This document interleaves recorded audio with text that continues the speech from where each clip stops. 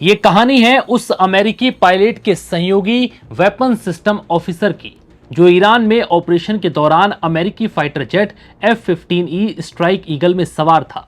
तभी ईरान के air defence system के रडार में आने के बाद ईरानी मिसाइल का शिकार बन गया।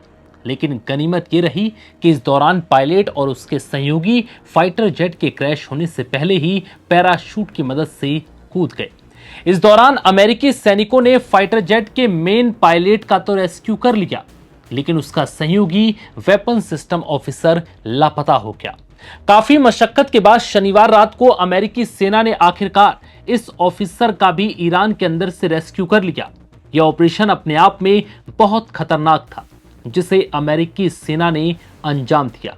एक तरफ जहां इस मिशन में अमेरिका और इस्राएल के elite commando force, special operation विमानों और हेलीकॉप्टर्स को लगाया गया, तो वहीं दूसरी तरफ पायलट का सहयोगी दुश्मन से घिरकर जिंदगी और मौत के बीच खड़ा था। हालांकि अमेरिकी सैनिकों ने अपने इस ऑफिसर को खतरनाक ऑपरेशन के बाद आखिरकार ईरान की जमीन से बचा लिया। अब इस ऑफिसर ने ईरान में दुश्मनों और मौत के बीच गुजारे अपने 24 घंटे का खुलासा किया, जिससे ये पता चला कि कैसे ईरानी मिसाइल का शिकार होने के बाद लापता हुए इस पायलट ने दुश्मनों को चकमा देकर खुद की जान बचाई। CNN की रिपोर्ट के मुताबिक ये वेपन सिस्टम ऑफिसर पहाड़ की दरार में छिपते हुए लगातार अपनी लोकेशन बदलता रहा, ताकि ईरान की उन सर्च टीमों को चकमा दिया जा सके जो उसकी जगह के बेहद करीब पहुंच रही थी। इस अमेरिकी पायलट ने ईरान के अंदर इतने सीमित संसाधन में उबड़ खाबड़ और खड़ी चढ़ाई वाले इलाकों को पार किया। रिपोर्ट्स के मुताबिक इस दौरान अमेरिकी पायलट एक जगह समुद्र तल से लगभग 7000 फीट ऊंची पहाड़ी चोटी पर चढ़ गया, ताकि उसके बचने और बचाए जाने की संभावना बढ़ सके। अमेरिकी अधिकारियों ने बताया कि उस एयरमैन ने ठीक ऐसी ही स्थितियों के लिए बनाए गए सर्वाइकल प्रोटोकॉल का पालन किया।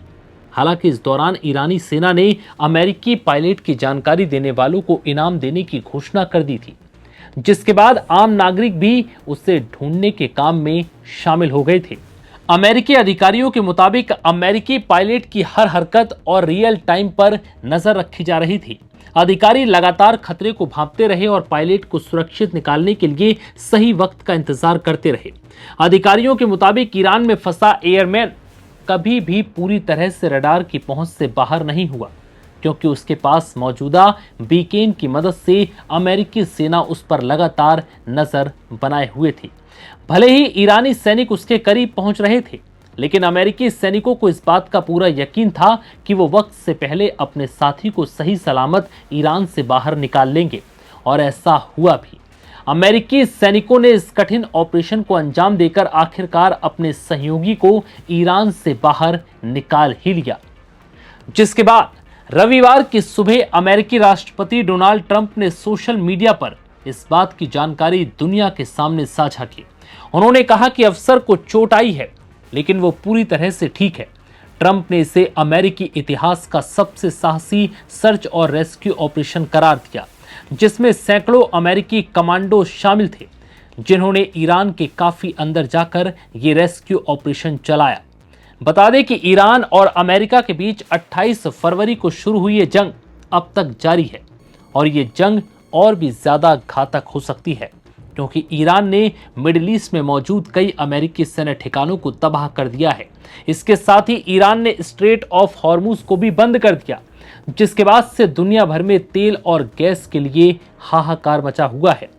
और अमेरिका लगातार ईरान को अल्टीमेटम दे रहा है कि अगर उसने स्ट्रेट ऑफ हॉर्मुज नहीं खोला तो ईरान में वो पहले से भी ज्यादा भयंकर तबाही मचाएगा।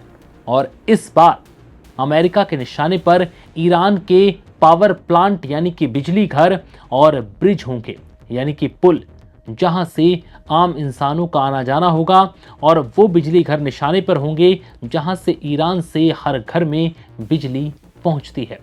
ऐसे में अब ये तबाही आगे भी और देखने को मिल सकती है। फिलहाल इस वीडियो में इतना ही। इजाजत दीजिए। नमस्कार।